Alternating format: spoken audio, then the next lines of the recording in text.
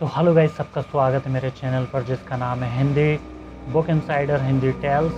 इस पर मैं आप लोगों को बुक्स की कहानियाँ सुनाता रहूँगा और नानी दादी की कहानी या हॉरर स्टोरी या नॉवेल्स आपको इस चैनल पर देखने को मिलेंगी। आज ऐसी किताब मेरे हाथ में है, वो भयानक रात बाय मिथिलेश गुप्ता, एक सच्ची घटना पर आधारित है। तो आज हम ये पढ़ने वाले हैं। तो चलिए मैं ज़्यादा टाइम न लेते हुए इस बुक को स्टार्ट करता हूँ। अमावस की मनहूस काली रात, चारों तरफ घंघोर अंधेरा, एक सुनसान सड़क और सड़क के दोनों तरफ फैला हुआ एक घना जंगल। घना मतलब बहुत ही ज़्यादा घना जंगल। सड़क पर तेज़ी से दौड़ती हुई एक कार में आर्मी के रिटायर्ड मेजर संग्राम सिंह अपनी पत्नी अर्चना, बेटे राहुल और बहू गीता के साथ अपने दोस्त की बेटी की शादी अटेंड कर वापस लौट रहे थे। पापा, आज शादी में बहुत मज़ा आया। आपने शर्मा जी को देखा, कितना हंगामा किया। उन्होंने ड्रिंक करने के बाद राहुल ने कार ड्राइव करते हुए कहा, मतलब उसके संग्राम सिंह के बेटे ने कहा। राहुल की पत्नी गीता उसकी बगल वाली सीट में बैठी थी और पिछली सीट पर उसकी माँ और पिता यानी संग्राम सिंह और अर्चना बैठे हुए थे। सभी लोग काफ़ी थके हुए थे।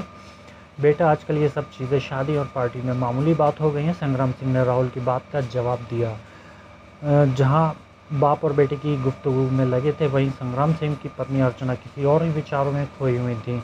आप लोग बेकार की बातें छोड़िए, उसके स्वर में घबराहट थी। आज इतनी काली घनी रात है और ऊपर से ये मनहूस अमावस, मुझे न जाने क्यों डर लग रहा है। ये सड़क और ये जंगल तो ख़त्म होने का नाम ही नहीं ले रहा है। हे भगवान, जल्दी से हम लोग घर पहुंच जाएं बस। तो उनकी पत्नी जो कि राहुल की माँ काफ़ी डरी हुई थी। पहले से उनके दिमाग में कुछ विचार चल रहे थे, क्योंकि उस रात को अमावस की रात थी और जंगल काफ़ी भयानक। एक पल के लिए बाप बेटे अपनी बातों से रुक गए और अर्चना को ताकने लगे। अर्चना ने एक लंबी सांस ली और आगे कहा, मैंने तो आप लोगों से पहले ही कहा था कि घर के लिए जल्दी निकलना चाहिए, पर आप बाप बेटे मेरी सुनते ही नहीं। इतनी रात में इस काले घने जंगल से फैमिली के साथ जाना आप लोगों को कोई रिस्क नहीं लगता। अर्चना बोलते बोलते दोनों तरफ से घिरे हुए काले जंगल को उस दौड़ती हुई कार की खिड़की से झांक कर निहार रही थी। लो जी, मेरी मम्मी फिर से शुरू हो चुकी हैं। अब तो संग्राम सिंह यानी उनके पापा, जो कि एक रिटायर्ड आर्मी ऑफिसर थे, मुंह बिचकाते हुए कहा, क्या मम्मी आप भी ना? राहुल ने कार ड्राइव करते हुए कहा। अरे आप क्यों डर रही हैं मम्मी? गीता यानी राहुल की पत्नी और संग्राम की बहू ने बीच में ही कहा। अरे पापा और राहुल हमारे साथ तो है ना, डरने की क्या बात है। फिर संग्राम सिंह, जो कि अर्चना के साथ बैठे हुए थे, बोले, बेटा तुम नहीं जानती, तुम्हारी मम्मी को डरने की पुरानी बीमारी है। इनका बस चले तो हम लोग घर में दुबक कर ही बैठे रहें बस। क्यों जी, सही कहा ना मैंने? संग्राम सिंह ने अर्चना को देखकर आंखें मटकाईं। इसी के साथ राहुल और संग्राम सिंह के ठहाके गूंज उठे, जिसमें गीता की हल्की हंसी भी शायद शामिल हो चुकी थी। अरे मेरी जान, आर्मी में इससे भी भयानक भयानक जंगलों में रात भर में कई मिशन पर जा चुका हूँ। अरे भाई, ये अमावस पूनम की रात क्या है ये सब? लगता है तुम्हारे विज्ञान बहुत कमज़ोर है। अरे अब सब रात एक जैसी होती हैं। चांद निकलना पूरा तो पूनम की रात, और पूरा डूब गया तो अमावस की रात। वैसे सच कहूँ तो अमावस की रात तो अच्छी रहती है। अंधेरे में दुश्मन फौजी आपको देख भी नहीं सकता। संग्राम सिंह के ठहाकों के साथ गीता और राहुल भी फिर से हंस पड़े। अर्चना कसम कर रह गई और वो अंदर से कुछ घबराई हुई थी और शायद अपने किसी डर को जाहिर नहीं कर पा रही थी। कहते हैं डरना कोई बुरी बात नहीं है, पर वो बुरी बात तब हो जाती है जब आपका डर और भी बुरा हो जाए। कार में फिर से ठहाकों के बीच बात होने लगी, जिसमें अर्चना शामिल नहीं हो पाई। शायद वो डरी हुई थी अपनी सोच में आती उस भयानकता के कारण। और तभी कुछ ही पलों के बाद जैसे सब कुछ बदल सा गया। अब यहाँ पर कुछ ना कुछ होने वाला है, तो ध्यान दीजिएगा। सड़क पर दौड़ रही उनकी कार का संतुलन बिगड़ा। कार अचानक से लहराई, जैसे ड्राइवर के बस से बाहर आ गई हो, और तभी एक ज़ोरदार झटका खाकर कार सड़क के किनारे एक पेड़ से जा टकराई। ये सब एकदम से हुआ, जिसे कोई समझ ही नहीं पाए। दुर्घटना सुनाएं अचानक से ही होती हैं। उसके बाद एक्सीडेंट की एक ज़ोरदार आवाज़ के कुछ ही पल के बाद खामोशी सी छा चुकी थी। जंगल में सन्नाटा जैसे फिर से पसर गया था। वो काला जंगल फिर से भयानकता में डूबने लगा था।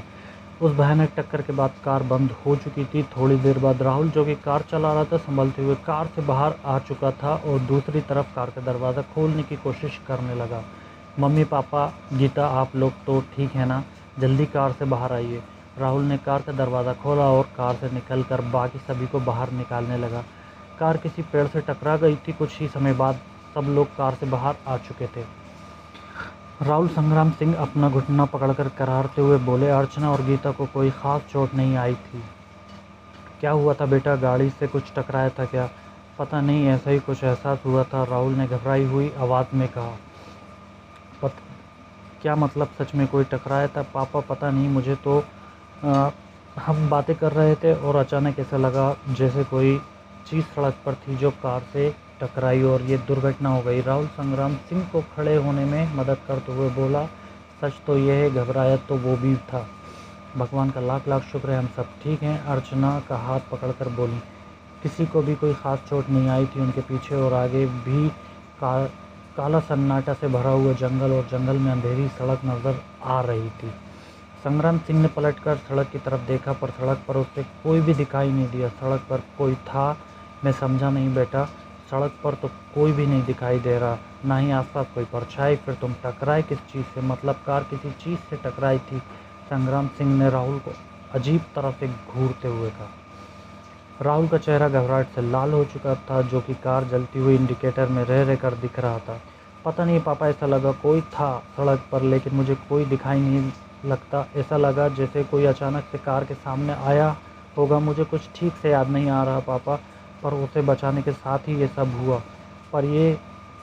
पर सच में वहाँ सड़क पर कोई तो था जो कार से टकराया। राहुल की इस तरह की बात सुनकर सभी का घबराना और सवाल पूछना अजीब बात नहीं था। गीता भी काफ़ी घबराई हुई थी। अगर ऐसा था तो मैं भी सामने बैठी हुई थी, मुझे कुछ भी नहीं दिखाई दिया। राहुल, मैं सच कह रहा हूँ, हो सकता है हम बात करने में इतने मशगूल हो गए थे कि ध्यान न दे पाए हों, पर मुझे पूरा यकीन है कि कुछ ना कुछ तो था। टकराने की आवाज़ भी हुई थी। राहुल अब भी परेशान था और पेड़ से भिड़ी हुई कार अपनी कार को घूर रहा था। सभी लोग ये जानने में लगे थे आखिर ये सब अचानक हुआ कैसे था। बेटा, लगता है तुम्हें वहम हुआ है, तुम काफ़ी थक गए हो, बातें करते हुए तुमने ध्यान नहीं दिया होगा और गाड़ी बहक गई होगी या कोई गड्ढा या आ गया होगा। वैसे भी काफ़ी अंधेरा है, अब जाने दो, वहाँ तो कोई भी नहीं है और भगवान का शुक्र है हम सब सही सलामत है। चलो देखते हैं, गाड़ी तो ठीक है ना, वरना आज रात इस काले घने जंगल में तेरी मम्मी की भूतों की कहानियाँ सुनकर बितानी पड़ेगी। इस छोटे से एक्सीडेंट के पीछे फिर तेरी मम्मी कोई भयानक कहानी रच लेगी, संग्राम सिंह ने चिढ़ते हुए कहा और वे कार की तरफ बढ़े और ड्राइविंग सीट पर बैठे हुए उन्होंने कार को स्टार्ट करने की कोशिश की। आखिरकार कोई फौजी ऐसे छोटे मोटे एक्सीडेंट से कैसे घबरा सकता था। कार चालू करने की भरसक कोशिश की गई, पर इंजन आवाज़ करके शांत हो गया और इसी के साथ पूरा जंगल भी एक पल को शांत हुआ लगने लगा। बेटा, ये कैसी सुनसान सड़क है? अर्चना सड़क के दोनों तरफ देखते हुए बोली। ना कोई रोशनी और ना ही कोई गाड़ी आ रही है, मुझे तो बहुत डर लग रहा है।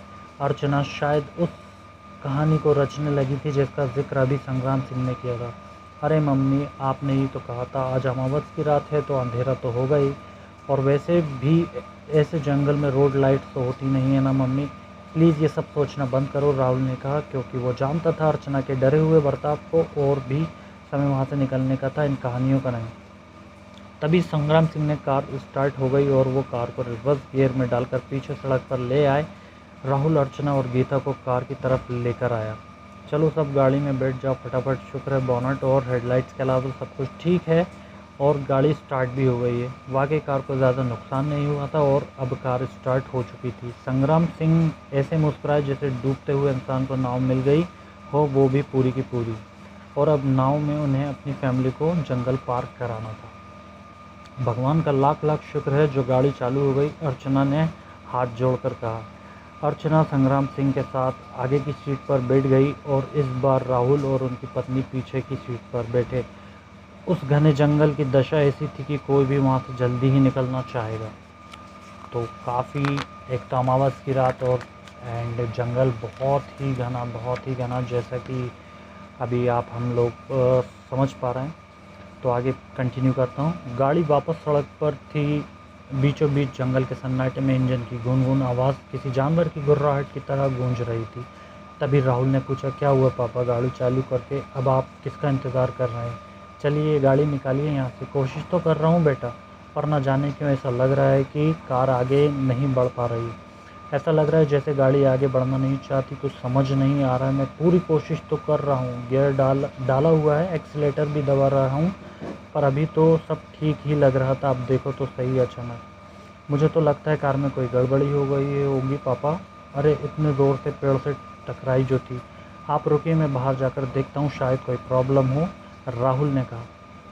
और उस कार को दरवाज़ा खोलकर अर्चना से मुड़कर उसका हाथ पकड़ लिया। नहीं बेटा, कार से मत उतरना, जाने के मेरा दिल ज़ोर ज़ोर से घबरा रहा है। ऐसा लग रहा है जैसे कोई अनहोनी होने वाली है, कुछ भी ठीक नहीं लग रहा है। ए जी, आप कोशिश करिए, कार चल जाएगी। अर्चना सहमी हुई थी, वे किसी भी तरह की मुसीबत को नहीं बुलाना चाहती थी और शायद जंगल को महसूस भी कर रही थी। कभी कभी वहम सच भी हो जाता है, आगे क्या होगा कौन जानता है। क्या मम्मी आप भी ना, अगर गाड़ी चल सकती तो अब तक हम निकल भी चुके होते। चेक तो करना ही पड़ेगा, नहीं तो वाकई हम यहाँ फंस जाएंगे। और आप इतना क्यों डर रही हो, मैंने कहा ना। तो गाइज़, आज के वीडियो में सिर्फ इतना ही। इसे मैं भाग में कन्वर्ट करूँगा, क्योंकि बुक्स आप लोगों को पता है कि कितनी बड़ी होती हैं, कहानी कितनी बड़ी होती हैं। तो मैं इस कहानी को यहीं एंड कर रहा हूँ। मिलते हैं दूसरे भाग में। कहानी पसंद आए तो कमेंट्स करिएगा, लाइक करिएगा, और कमेंट्स करके ज़रूर बताइएगा कि आप कौन सी कहानी सुनना चाहते हैं, चाहे वो डरावनी हो, दादा दादी नाना नानी की हो, या कोई नॉवल। तो मिलते हैं नेक्स्ट भाग में। आज के लिए इतना ही। जय हिंद।